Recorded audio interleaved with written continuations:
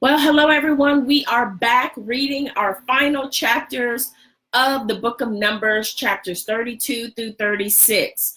We are finishing it up, and once we complete this, we will only have 5 more books to read, and we will be starting. I should have already known this information. I should have, but I don't. We're in June, right? Doo-doo-doo. We will be starting the book of Isaiah. Yeah, we're going to be starting the book of Isaiah. Okie dokie. So we're going to finish this up. I'm not sure if I'm going to be on tomorrow because I have to go to work. I probably should have waited till Monday to come back on, but I really wanted to get on. So I'm going to try to come on tomorrow, but I can't guarantee it, all right? But when we come back on Monday, we'll be starting the book of Isaiah, okay? All right. So we're going to drop right in because we just finished up reading the books of Numbers 27 through 31, and we're going to conclude 32 through 36 now. This has been a 2-part broadcast, but I didn't want the broadcast to be super long. The longer the broadcasts are, people kind of, that's a long time to be on listening. So I try to make them as short as I possibly can, all right? Okay, so we're going to drop right back in it, and we are going to complete the book of Numbers. Numbers chapter 32, reading from the Message Bible. Tribes east of the Jordan. The families of Reuben and Gad had huge herds of livestock. They saw that the country of Jazer and Gilead was just a place for grazing livestock. And so they came, the families of Gad and the families of Reuben, and spoke to Moses and Eleazar the priest and the leaders of the congregation, saying, Athroth, Dibon, Jazer, Nimrah, Heshbon, El-Helai, Sebam, Nebo, Benon, the country that God laid low before the community of Israel, is a country just right for livestock. And we have livestock. They continue, if you think we've done a good job so far, give us this country for our inheritance. Don't make us go across the Jordan. Moses answered the families of Gad and Reuben, do you mean that you're going to leave the fighting that's ahead to your brothers while you settle down here? Why would you even think of letting the people of Israel down, demoralizing them just as they're about to move into the land God gave them? That's exactly what your ancestors did when I sent them from Kadesh Barnea to survey the country. They went as far as the valley of Eshcol, took one look, and quit.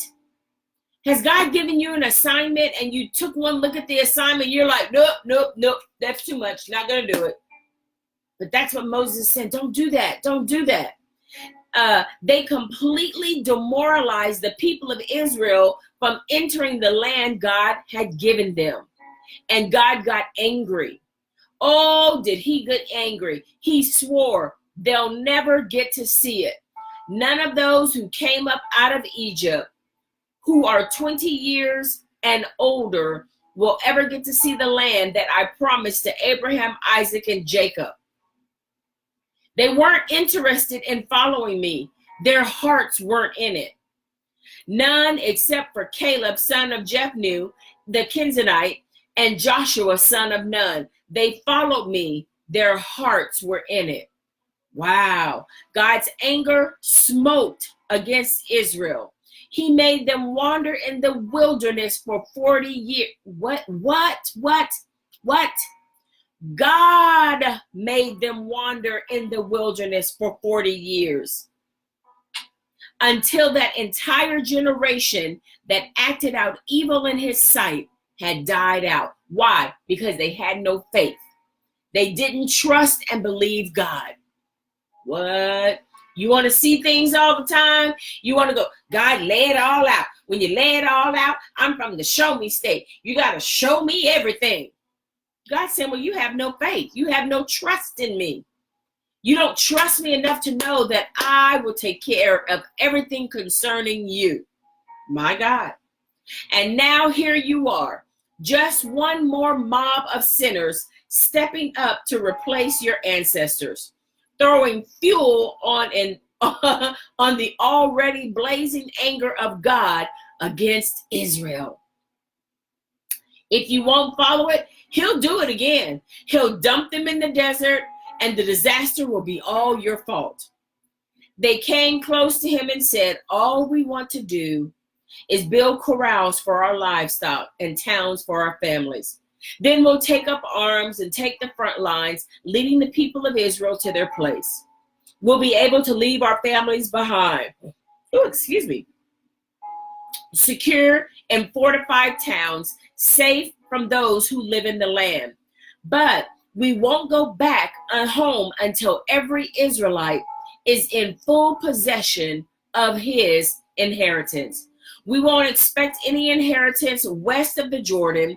We are claiming all our inheritance east of the Jordan.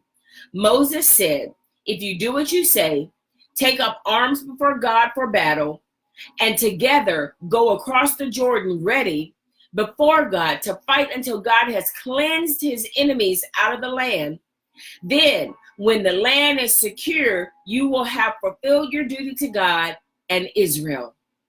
Then this land will be yours to keep before God.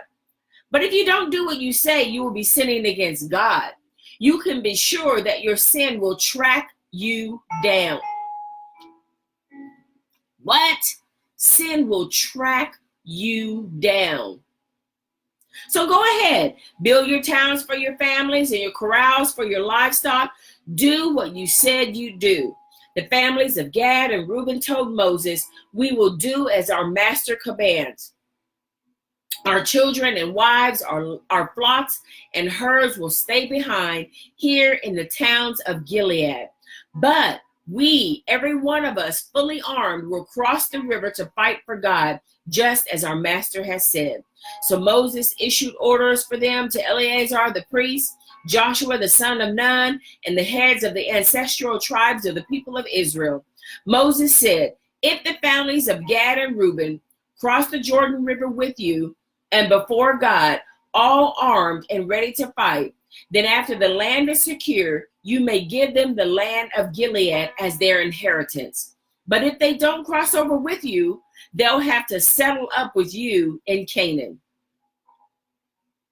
The families of Gad and Reuben responded, we will do what God has said. We will cross the Jordan before God, ready and willing to fight. But the land we inherit will be here to the east of the Jordan. Moses gave the families of Gad, Reuben, and the half-tribe of Manasseh, son of Joseph, the kingdom of Shion, king of the Amorites, and the kingdom of Og, king of Bashan, the land, its towns, and all the territories connected with them, the works. The Gadites rebuilt Dibon, Athroth, Aori, Atroth, Shethan, Jazar, Jogbehah, Beth Nimrah, Beth Haran as fortified cities. They also built corrals for their animals. The Reubenites rebuilt Heshbon, Elihi, Kirathimam, also Nebo, Baal-meon, and Sibnah. They renamed the cities that they built. The family of Machir, son of Manasseh, went to Gilead, captured it, and drove out the Amorites who lived there. Moses then gave Gilead to the Machirites, the descendants of Manasseh. They moved in and settled there. Jair, son of Manasseh, captured some villages and named them Havoth, Jair, Jair's tent camps. Nabal captured Kenath and its surrounding camps. He named it after himself, Nabal. Chapter 33. Campsites from Ramses to Jordan, Jericho. These are the camping sites in the journey of the people of Israel after they left Egypt. Deployed militarily under the command of Moses and Aaron. Under God's instruction, Moses kept a log of every time they moved, camp by camp. Log what God does in your life. It will be a memorial to you to remind yourself of what God has done in your life. I just went and bought a new spiral because there's more things that need to be logged. Log what God is doing in your life. All right. They marched out of Ramses the day after the Passover. It was the 15th day of the first month. They marched out heads high and confident. The Egyptians, busy burying their firstborn whom God had killed, watched them go.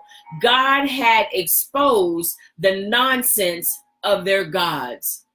The people of Israel left Ramses and camped at Succoth, left Succoth and camped at Etham, at the edge of the wilderness, left Etham, circled back to Pi Haroth, east of Baal Zephon, and camped near Migdal, left Pi Haroth and crossed through the sea until the wilderness.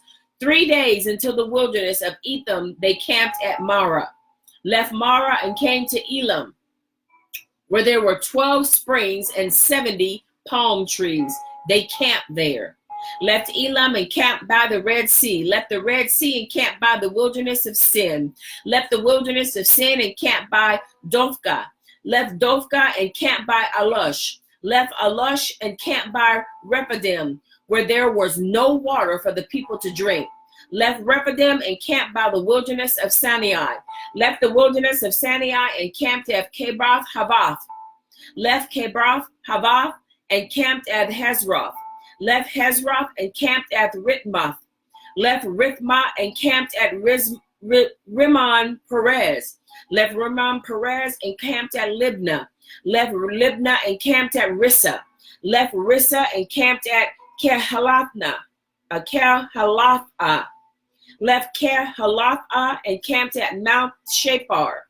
Left Mount Shephar and camped at Hardadah. Left Hardadah and camped at Makahoth. Left Machahoth and camped at Tahath. Left Tahath and camped at Terah. Left Terah and camped at Michkah. Left Michkah and camped at Hashmanah. Left Hashmanah and camped at Moresheroth. Left Moresheroth and camped at Ben Jakin. Left Ben Jakin and camped at Hor Haggadag. Left Hor Haggadag and camped at Jotbathna. Jotbathna. Left Jotbathha. I'm saying it wrong. Jotbathha and camped at Abraha. Left Abronaha. That can't get it out. And camped at Ezon Geber. Left Ezon Geber and camped at Kadesh in the wilderness of Zin. After they left Kadesh and camped at Mount Or at the border of Edom, Aram the priest climbed Mount Or at God's command and died there. It was the first day of the 5th month in the 40th year after the people of Israel had left Egypt, all because they refused to take God at his word and believe him. After all the things that God had done, all the miracles that God had showed them, they still didn't believe God. So they had to wander for 40 years. Who's been wandering, going in circles? Are you believing God? Did you miss it somewhere and decide that you didn't trust God? So now you're just wandering. Seems like you're just going in circles. Aaron was 123 years old when he died on Mount Hor. The Canaanite king of Arad had ruled the Negev of Canaan, heard that the people of Israel had arrived. They left Mount Or and camped at Zalmanah, left Zalmanah and camped at Punon, left Punon and camped at Oboth, left Oboth and camped at Lai Aribrim on the border of Moab, left Lai and camped Liam and camped at Dibon Gad, left Dibon Gad and camped at Almon Lathiam, left Almon Lathiam and camped in the mountains of Abrim across the river within sight of Nebo. After they left the mountains of Abiram, they camped on the plains of Moab at Jordan, Jericho. On the plains of Moab, their camp stretched along the banks of the Jordan from Beth Jerushamoth to Abel Shatham, Acadia Meadow. God spoke to Moses on the plains of Moab at Jordan, Jericho. Tell the people of Israel, when you cross the Jordan into the country of Canaan, drive out the native population before you, destroy their carved idols, destroy their cast images, level the worship mounds so that you take over the land and make yourself at home in it. I've given it to you. It's yours. Divide up the land by lot, causing the size. Divide up the land by lot according to the size of your clans. Large clans will get large tracts of land. Small clans will get a smaller tract of land. However the lot falls, that's it. Divide it up according to your ancestral tribes. But if you don't drive out the native population, everyone you let stay there will become a cinder in your eye and a splinter in your foot. My God, what they do, what you visually see them do, will cause you to be in agony. And then every place your foot treads, it will be hard to walk on because of the pain. A splinter is like, ow, ooh, ow, and you try to get it out, and that little thing just hides from you.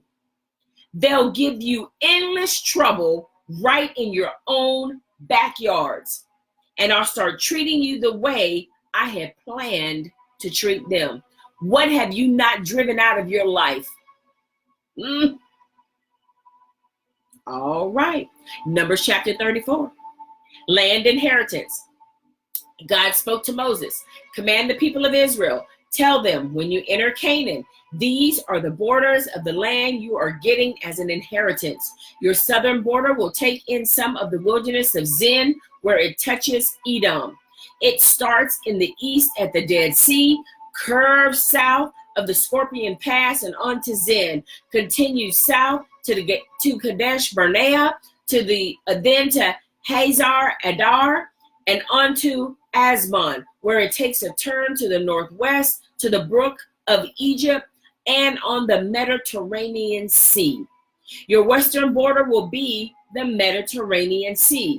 Your northern border runs on a line from the Mediterranean Sea to Mount Hor, and from Mount Hor to Lebo Hamath, connects to Zedad, continues to Zipron, and ends at Hazar Enan. This is your northern border. Your eastern border runs on a line from Hazar Enan to Shepham.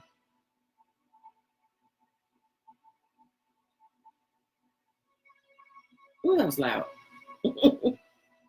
The border goes south from Shaphan to Riblah to the east of Ain and continues along the slopes east of the Sea of Galilee. The border then follows the Jordan River and ends at the Dead Sea. This is your land with its 4 borders. Moses then commanded the people of Israel, this is the land. Divide up the inheritance by lot. God has ordered it to be given to the 9.5 tribes. The tribe of Reuben, the tribe of Gad, and the half tribe of Manasseh have already received their inheritance. The 2 tribes and the half tribe got their inheritance east of Jordan, Jericho, facing the sunrise. God spoke to Moses. These are the men who will be in charge of distributing the inheritance of the land. Eleazar the priest and Joshua son of Nun. Assign 1 leader from each tribe to help them in distributing the land. Assign these. God knows who he wants to do what. Caleb, son of Jephunneh, from the tribe of Judah. Shemiel, son of Ammuhad, from the tribe of Simeon. Eladad, son of Kislon, from the tribe of Benjamin. Buki, son of Jogili, leader from the tribe of Dan. Heniel, son of Ephod, leader from the tribe of Manasseh, son of Joseph. Kimiel, son of Shiptan, leader from the tribe of Ephraim, son of Joseph. Eliphan, son of Parnach, leader from the tribe of Zebulun. Paltiel, son of Azan, leader from the tribe of Issachar. Ahud, son of Shelomi, leader from the tribe of Asher. Pedahel, son of Amuhad, leader from the tribe of Naphtali. These are the men God commanded to hand out the assignments of the land inheritance to the people of Israel in the country of Canaan. Numbers chapter 35, cities for the Levites and asylum cities. Then God spoke to Moses on the plains of Moab at Jordan, Jericho, command the people of Israel to give the Levites as their part of the total inheritance towns to live in. Make sure there is plenty of pasture around the towns. Then they will be well taken care of with towns to live in and pastures for their cattle, flock, and other livestock. The pastures surrounding the Levites' town is to extend 1,500 feet in each direction from the city wall. The outside borders of the pasture are to be measured 3,000 feet on each of the four sides, east, south, west, and north, with the town at the center. Each city will be supplied with pasture. 6 of these towns that you give the Levites will be asylum cities, which anyone who accidentally kills another person may flee for asylum. In addition, you will give them 42 other towns, 48 towns in all, together with their pastures.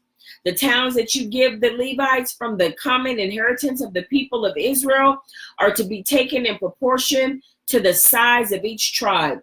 Many towns from a tribe that has many, few from the tribe that has few. God spoke to Moses, speak to the people of Israel. Tell them, when you cross the river Jordan into the country of Canaan, designate your asylum cities, towns to which a person who accidentally kills someone can flee for asylum. They will be places of refuge from the avenger, so that the alleged murderer won't be killed until he can appear before the community in court. Provide 6 asylum cities. Designate 3 of the towns to the east side of the Jordan, the other 3 in Canaan proper. Asylum cities for the people of Israel, for the foreigner, and for any occasional visitor or guest. 6 asylum cities to run to for anyone who accidentally kills another. But if the killer has used an iron object, that's just plain murder. He's obviously a murderer and must be put to death. Or if he has a rock in his hand big enough to kill and the man dies, that's a murderer. He's a murderer and he must be put to death. Or if he's carrying a wooden club heavy enough to kill and the man dies, that's a murderer. He's a murderer and he must be put to death. In such cases, the avenger has a right to kill the murderer when he meets him. He can kill him on the spot. And if out of sheer hatred, a man pushes another, or from ambush throws something at him and he dies, or angrily hits him with his fist and kills him, that's a murderer. He must be put to death. The avenger has a right to kill him when he gets him. If, however, he impulsively pushes someone and there is no history of hard feelings, or he impetuously picks up something and throws it, or he accidentally drops a stone tool, a maul, or a hammer, say, and it hits and kills someone he didn't even know that was there, and there's no suspicion that there was bad blood between them, the community is to judge between the killer and the avenger following these guidelines.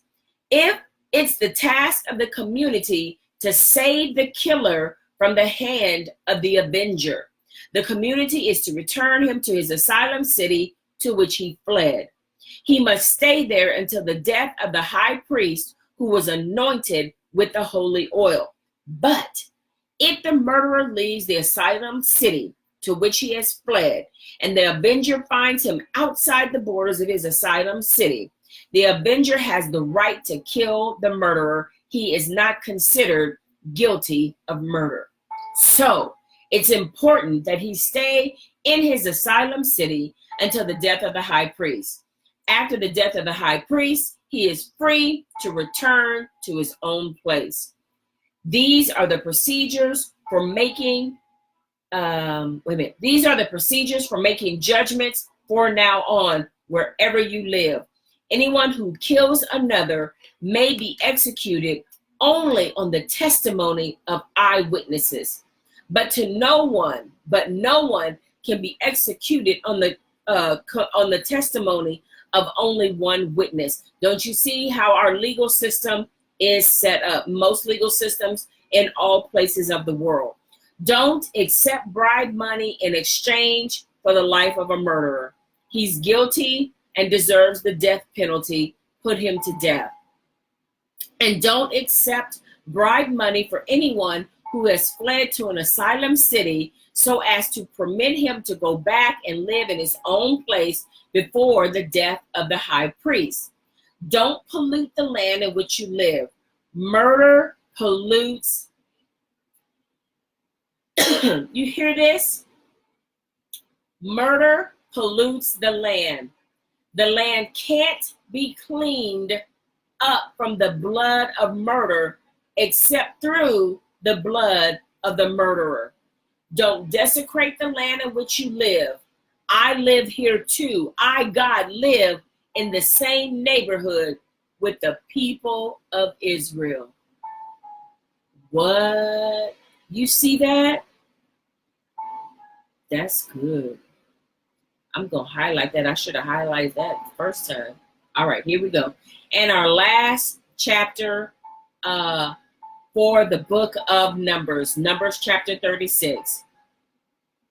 The heads of the ancestral clan of Gilead, son of Machir, the son of Manasseh, they were from the clans of the descendants of Joseph, approached Moses and the leaders who were the heads of the families and the people of Israel. They said, when God commanded my master to hand over the inheritance land by lot to the people of Israel, my master was also commanded by God to hand over the inheritance land of Zelophehad, our brother, to his daughters.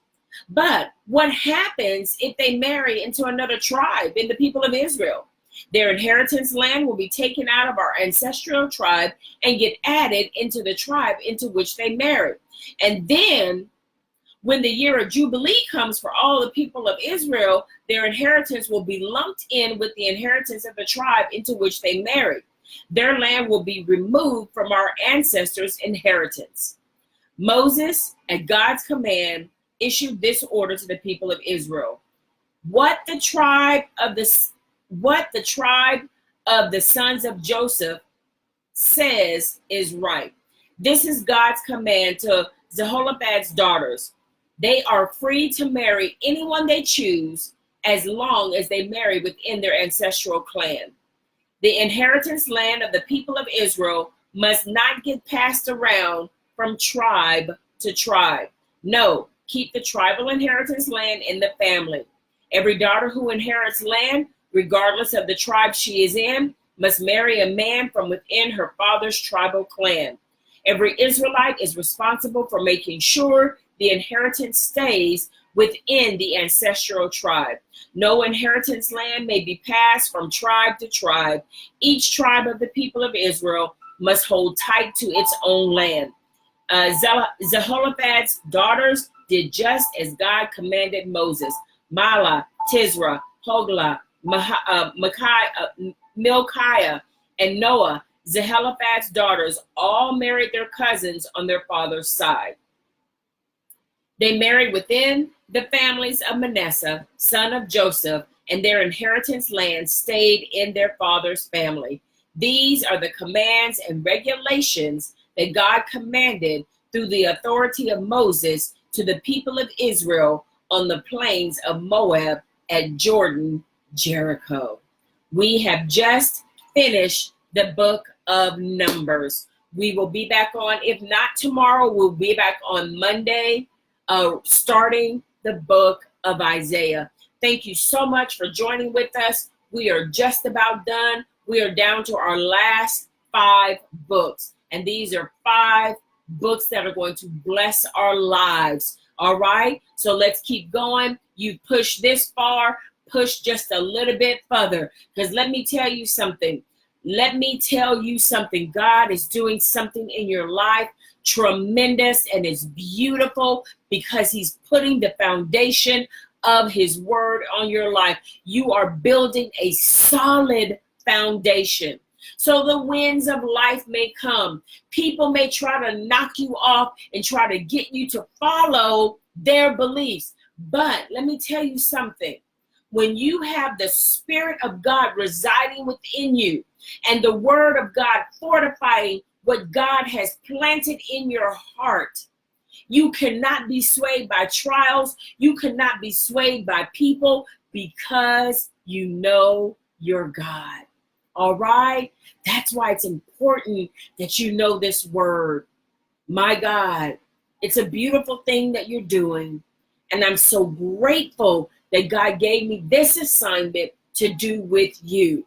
So thank you all for coming on and watching Face-to-Face Conversations with God as we read the word of the Lord together. And Holy Spirit ministers to each of us. We're all on different levels, and he's dealing with us each right where we are. And that's what I love about the word of God.